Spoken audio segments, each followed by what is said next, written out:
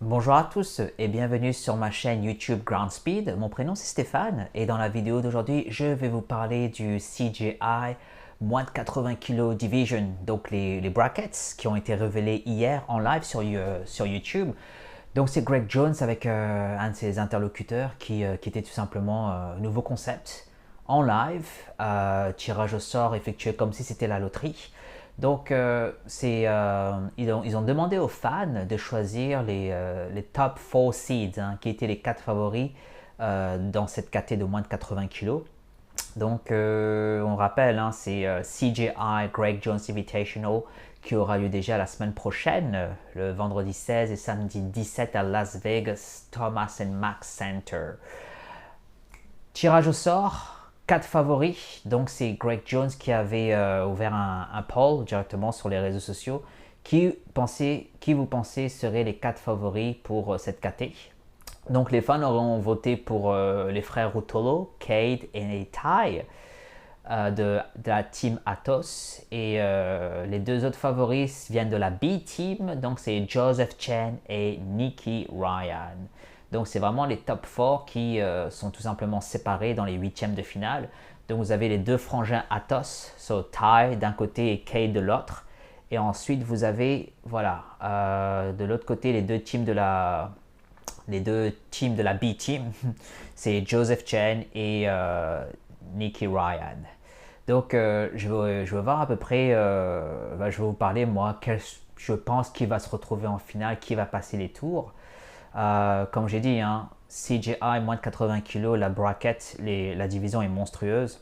C'est l'une des divisions, les compétiteurs là-dedans, c'est les plus, vraiment impressionnants. Il faut dire que la plupart des compétiteurs aussi viennent de l'ADCC, de la catégorie des moins de 77 et moins de 88 kg. Donc c'est tout simplement Greg Jones qui les a poached, comme on dit ici, qui les a attirés avec l'argument phare, 1 million de dollars, voilà, à gagner pour le vainqueur. Donc, je vais faire un petit tour en vitesse. Donc, les frères Utolo, donc Ty et Cade, ils font tous les deux entre, je dirais, 77-80 kilos. Pour ADCC, Cade et Ty, donc voilà, les deux frangins ne sont pas dans la même division de poids. Et c'est vrai que c'est la raison pour laquelle ils ont quitté ADCC pour aller combattre CGI, parce que voilà, les deux frangins, comme je dis, ils sont aux alentours de 80 kg. Donc c'est Cade qui est en moins de 77 à ADCC, tandis que Ty il est à moins de 88. C'est un peu dur pour Ty, hein, en moins de 88 kg, d'autant plus que pour cette édition ADCC, la pesée se fait la veille. Donc si la pesée se fait la veille dans la catégorie moins de 80 kg, voilà, le jour J du combat à ADCC, il peut se retrouver facile contre des gars qui font 95 voire 97 kilos, hein. Donc c'est l'une des raisons pour laquelle ils ont préféré quitter ADCC pour combattre au CGI et pour tout simplement optimiser leurs chances, les deux frangins, à remporter le 1 million de dollars. Donc Ty Rutolo, je dirais qu'il a été un peu dans l'ombre, hein. C'est plutôt Cade justement qui a beaucoup plus brillé les 2 dernières années, grâce notamment à sa victoire à l'ADCC pour Cade. Donc Ty Rutolo qui va affronter, c'est quoi déjà, Jason Nolf. Jason Nolf qui est un 100% lutteur. Pas beaucoup d'expérience en grappling, jiu-jitsu brésilien. Donc je vois Ty facilement vainqueur sur un Darce Choke. L'autre il va sûrement shooter pour les jambes et je vois bien en tout cas Ty l'étrangler. Donc Ty Rutolo qui passera forcément le premier tour.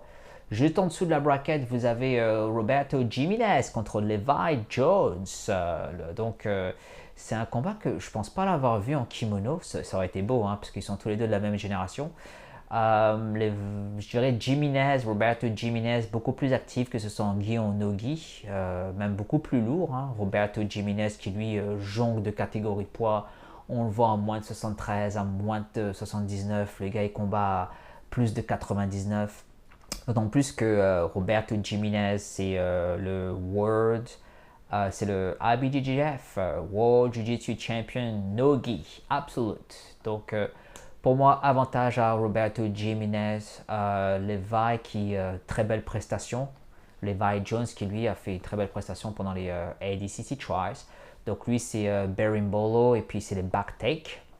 Mais je vois beaucoup plus là Roberto l'emporter avec l'expérience en tout cas. C'est un peu dommage parce que Levi, il avait vraiment une très bonne début de saison en carrière en black belt. Donc il avait gagné European et les Pan Am. Je pense que c'était en 2018 ou 2019, voilà, qu'il avait fait il avait voilà, une belle performance pendant ces deux compétitions Guy. Et ce qui lui a vraiment fait mal, c'est les World Championship la même année. Donc il a été disqualifié. Et depuis, voilà, il a été je dirais en bémol. Donc là, qui tente sa chance tout simplement pour le CJI. On rappelle que à la base, Levi, enfin les deux même, les deux compétiteurs, Roberto et Levi, devaient faire ADCC. Mais quand il y a $1 million en jeu, bon ben, je dirais que c'est l'argument que on ne peut pas déconsidérer ça. Donc pour ma part, je vois bien Roberto passer, parler pour les quarts de finale. Juste en dessous, toujours dans la même partie de la bracket, vous avez Lucas Barbosa Datos qui va combattre un membre de la B-Team, Kenta. Donc on rappelle, hein, ces deux-là aussi devraient combattre à ADCC. Tout simplement le $1 million qui est appealed. appealing. Lucas Barbosa, qui lui normalement combat en moins de 88, même moins de 99 kg, qui va faire un énorme cutting. Hein. C'est la toute première fois que je le vois en moins de 80. Je pense qu'il avait fait un combat MMA à moins de 80 kg et il avait perdu.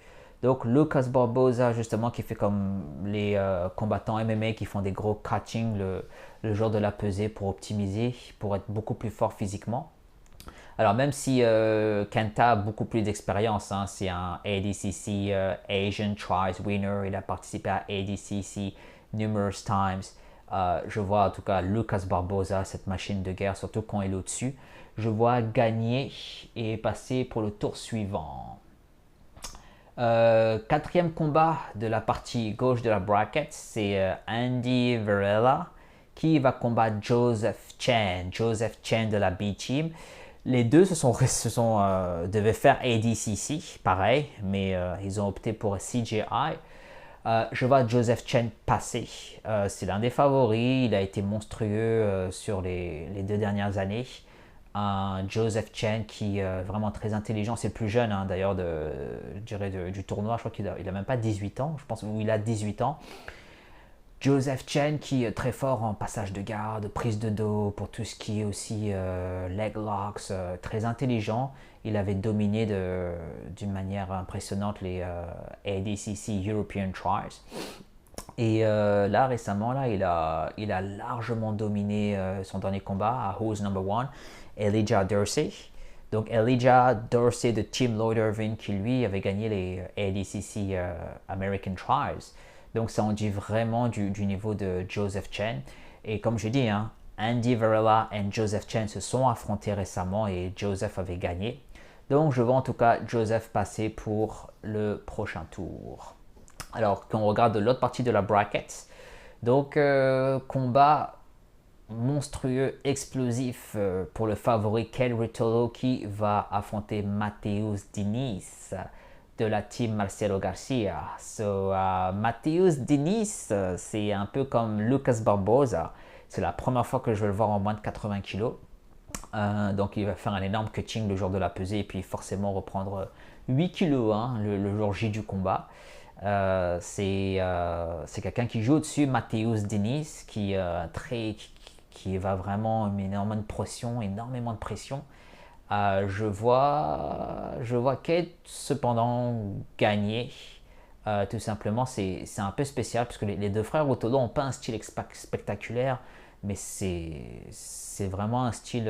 Voilà, ils arrivent à s'en sortir et puis ils arrivent tout simplement à tirer leur épingle du jeu et puis à remporter leur combat par soumission. Puis ils ont vraiment un mental d'acier, hein, les frères Ruotolo.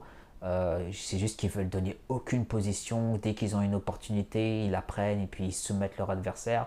On rappelle que Kay, il a plus perdu de match depuis des années maintenant. Et puis ADCC, il a gagné ses 4 combats hein, par soumission à ADCC l'année précédente, il y a 2 ans de cela.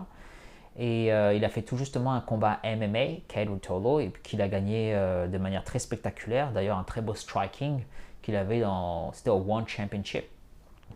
Alors même si Matheus Diniz c'est le ADCC 2019 88 kg champion, je vois quand même, en tout cas, Kate passer. Hein. Donc, je devrais même dire que même s'il y a plus de 10 ans d'écart entre les deux, enfin presque 10 ans d'écart entre les deux, c'est Kate qui, c'est comme un vétéran. Il a beaucoup plus d'expérience et c'est l'un des favoris.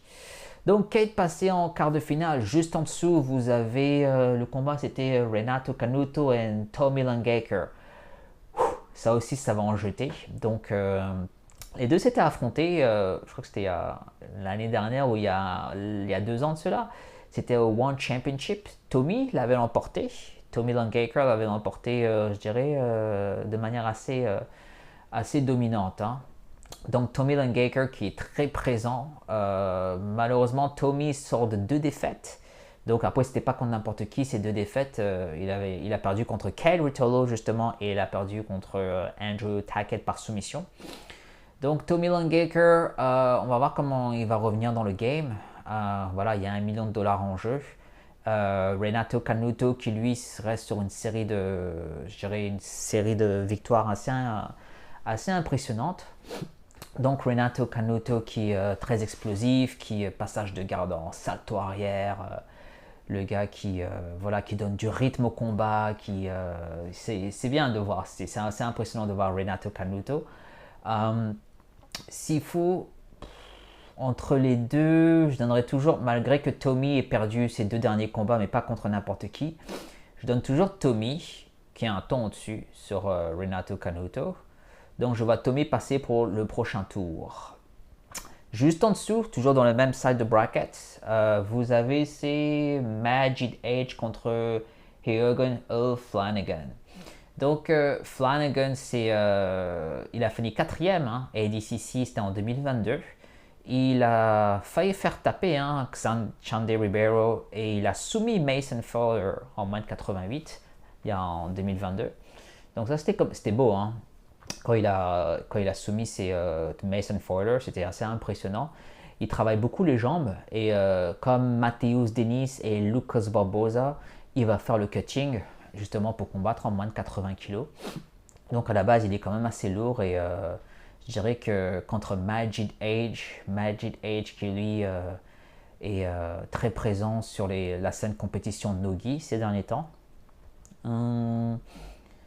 Je donnerais un avantage toujours à Flanagan dans tous les cas, oui. Majid H, même si Majid il compete as much as possible. Il fait, je crois que c'était en 2022, les gars, il a fait les trials x 4, hein, US et aussi en Brésil, parce qu'il a la double nationalité. Je vois toujours en tout cas Flanagan vainqueur et partir pour le quart de finale. Et enfin, le dernier combat des 8e de finale des moins de 80 kg, le combat le plus, je dirais, explosif. Nicky Ryan contre Andrew Tackett. Donc, tout simplement, wow. On rappelle que les deux sont... Alors, ce qu'il y a, c'est que Andrew Tackett est beaucoup plus jeune et, je dirais, beaucoup plus frais. Très bon au niveau passage de garde, prise de dos. Je lui donne quand même un certain avantage face à Nicky Ryan. Même si Nicky Ryan a un peu plus d'expérience, je vois Andrew Tackett, en tout cas, passer Nicky Ryan. C'est vraiment, en tout cas, le combat le plus spectaculaire des 8e de finale dans cette KT. Andrew Tackett qui a une écrasante victoire sur Tommy Langaker. C'était vraiment impressionnant de voir passer la garde de Tommy et de le soumettre. J'ai fait waouh, c'est pas quelque chose qu'on voit souvent en tout cas. Donc je suis même étonné que Andrew Tackett ne soit pas l'un des favoris de ce moins de 80 kg parce qu'il a vraiment il est jeune, il a, je dirais, quand même pas mal d'expérience contre la plupart de ces gars-là. Et puis il a reporté les trials, hein, je rappelle Andrew Tackett, les US trials. Donc je suis vraiment étonné que ce soit pas l'un des favoris, mais bon, je le vois en tout cas dominer Nicky Ryan. Nicky Ryan qui lui, malgré du fait qu'il sort d'une victoire contre JT Torres, donc JT Torres qui est 2 times like 77 like ADCC winners et qu'il a soumis d'ailleurs JT Torres. Donc ça c'est seulement la deuxième personne qui réussit à soumettre JT Torres. Ce qui se passe avec Nicky Ryan pour moi, c'est que quand c'est des grosses compétitions comme ça, il a un peu de mal. Hein. Il a un peu de mal à sortir son épingle du jeu. Mais pourtant, on sent il est vraiment présent en termes de technique, en termes de, je dirais, savoir-faire. C'est Nicky Ryan, il a vraiment beaucoup d'expérience. C'est juste que je ne l'ai vraiment pas vu. Déjà, 2017, il a perdu au premier tour. En plus, il est quand même souvent blessé. Je pense pas qu'il ait fait l'ADCC en 2019. Non, parce que justement, il était blessé. Et attendez, et 2022, je me rappelle parce qu'il avait combattu Renato Canuto. Ça, je pense que c'était en 2022. Il avait perdu également au premier tour. Donc, Nicky Ryan qui a un peu des résultats, je dirais, en dents de scie. Et c'est vraiment dommage parce qu'il était vraiment pour moi. Il a vraiment une grosse carrière, mais le gars, il a un genou qui est complètement explosé. D'ailleurs, il y avait des interviews avec Greg Jones.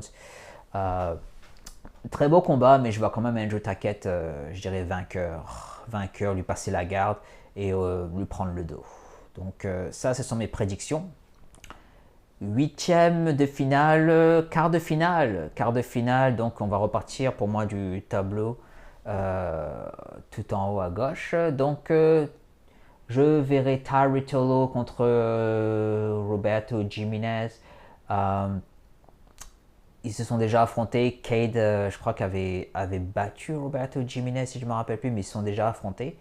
Tari Tolo, pour moi, avec sa manière de combattre, ses dards, sa motivation, sa hargne, et en plus, lui non plus, qui laisse rien passer, je le vois avancer. Je le vois tout simplement avancer face à Roberto Jiménez. Et c'est aussi pour les demi-finales. Juste en dessous, le combat contre c'était Joseph Chen contre Lucas Barbosa. Là aussi, ça dépend vraiment du cardio de Lucas Barbosa parce que Lucas, quand c'est un ADCC veteran, c'est un IBJJF World Nogi Champion. En plus, il a fait le cutting, ça dépend vraiment de son cardio, parce qu'avec Lucas Barbosa, au fur et à mesure qu'il se rapproche je dirais, de finale, demi-finale, ça commence à peser lourd sur son cardio. C'est ce que j'ai remarqué pour ADC ici en 2019 et en 2022. En plus de ça, il prend de l'âge, mine de rien. Joseph Chen, qui lui est il est vraiment sur je dirais, une dynamique incroyable.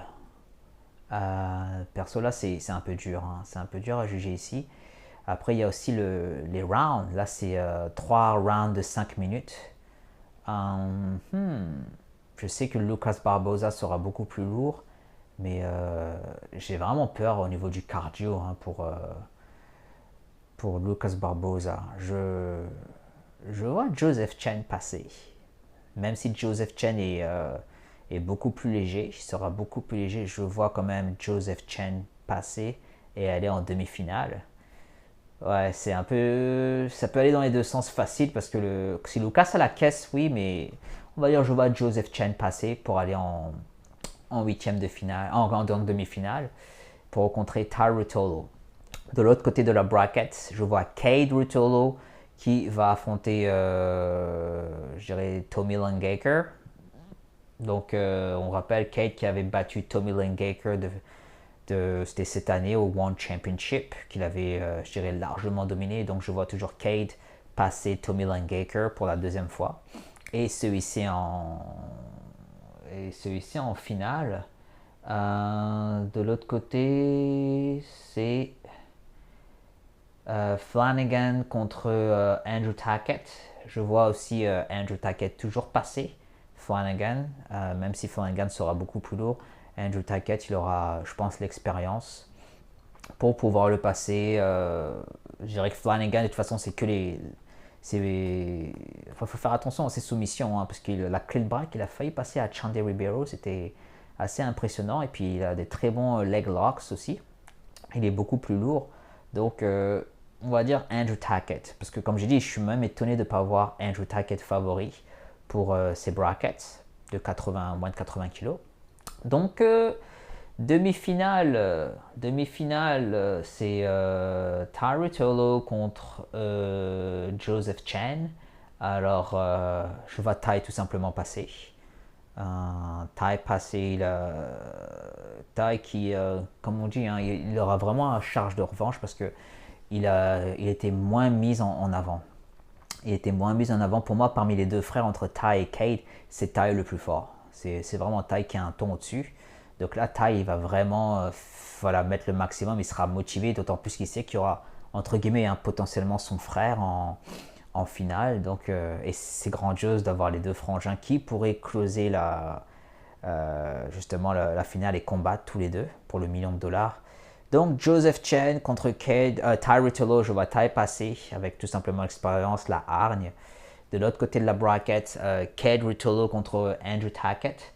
Je ne sais plus si c'était déjà affronté auparavant à Who's Number One, mais pareil, hein, je vois là cette fois-ci Cade passer contre Andrew Tackett. Je vois Cade aller en finale. Tout simplement, ils ont vraiment des styles, je dirais, qui sont vraiment bizarres, mais qui marchent, hein, parce que ils se laissent pas scorer des points, et puis si jamais ils donnent des positions, ils trouvent encore le moyen de mettre, de mettre toujours leur opponent en danger. Finale, Cade contre Ty, c'est ce que moi je prévois en tout cas. Et je vois Ty gagner. Ils vont y aller à 800% en finale parce que les deux frangins refusent de faire des close-out, de fermer la catégorie. Et puis, dans tous les cas, ils vont faire le spectacle. Hein. Donc, c'est mon avis. Frère Rutillo qui se retrouve en finale, Ty qui gagne et qui partage le million de dollars avec son frère.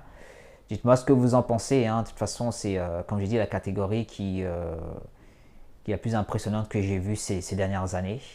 C'est tout simplement après les trois quarts viennent de l'ADCC. C'est vraiment dommage parce que j'aurais voulu voir d'autres noms également disputer cette catégorie ADCC. Mais bon, c'est co-marketing de Greg Jones. C'est tout simplement la compétition. Un nouveau compétiteur pour ADCC. Tout le monde dit ouais, c'est un peu dommage. C'est un peu comme Are you with us or are you against us? Ça fait un peu penser dans le temps d'avant où est-ce que tu vas avoir ton shot de Covid ou est-ce que tu vas pas l'avoir? Mais bon, au final, ça fait grandir le sport. Ça fait grandir le sport. Il y a beaucoup plus de. Je vois là Greg Jones qui est invité partout là pour des interviews et qui réussit son co-marketing grandiose. Donc, ce sera de façon free sur YouTube. Donc quand c'est gratuit, il faut en profiter, hein, parce que c'est pas tous les jours qu'on fera ça. Et en fait, il y aura des combats qui auront lieu. Je pense que c'est quoi? Il avait dit que c'était vendredi après-midi. Après ça, c'est Eastern Time en Amérique du Nord. Donc c'est voilà, ça m'arrange. On va dire ça comme ça. Dites-moi ce que vous en pensez. Et puis voilà, si vous avez vos prédictions, n'hésitez pas, hein, à les faire part. Allez, see you guys later. Bye bye.